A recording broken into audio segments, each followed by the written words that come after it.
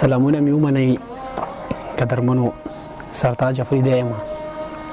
امید لرم چې ټول به خیر جوړ به او د ژوند په ښو شیبو کې به قدرمنو یو څو شعرونه در سره خپل شریکوم او خپل غزلي.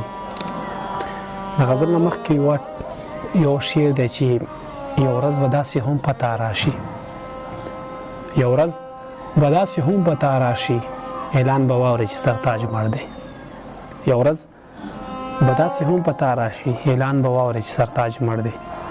یو څو شعرونه نور دي چې د چا جړا نصیب شي، د چا جړا نصیب شي، د چا خندا نصیب شي، د چا جړا نصیب شي، د چا خندا نصیب شي، د زنو زنو جونو د زنو زنو جونو لږه حیا نصیب شي، د زنو زنو جونو لږه حیا نصیب شي، د چا جفا نصیب شي، د چا وفا نصیب شي، د چا جفا نصیب شي، د چا وفا نصیب شي، د سرتاج خان په شان دی د چا سزا نصیب شي. نو څو شعرونه نور چې زه په خیبر ته په کابل کې اوسه، زه په خیبر ته په کابل کې اوسه، خبره یو ته مې ګوګل کې اوسه. زه په جړا غزل لیکم، زه په جړا غزل لیکم، ما سره تلک په غزل کې اوسه. لګیا د ځان سره ودای ویل، لګیا د ځان سره ودای ویل، غوټې راځه زما اوربل کې اوسه.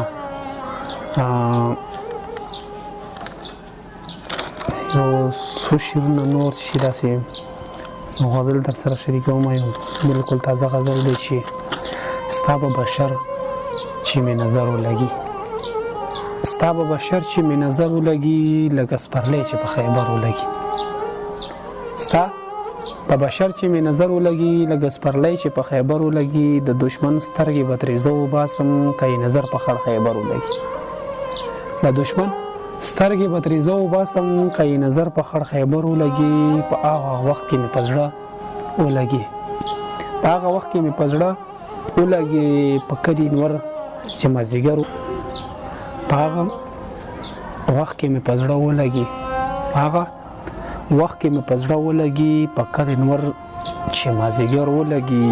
پښتون د یارې نه اوس داسې ګرځي، پښتون د یارې نه اوس داسې ګرځي، لکه سړی چارته اوتر ولګي. او راغلی چمله د همزولو سره، راغلی چمله د همزولو سره، سرتاج به بیا نن په ځیګر ولګي. اخر کې یو ټپه چې په وظیفو مې ځان عادت کړو، په وظیفو مې ځان عادت کړو، اوس به د ستا یارۍ نه لاس وینځم مینه.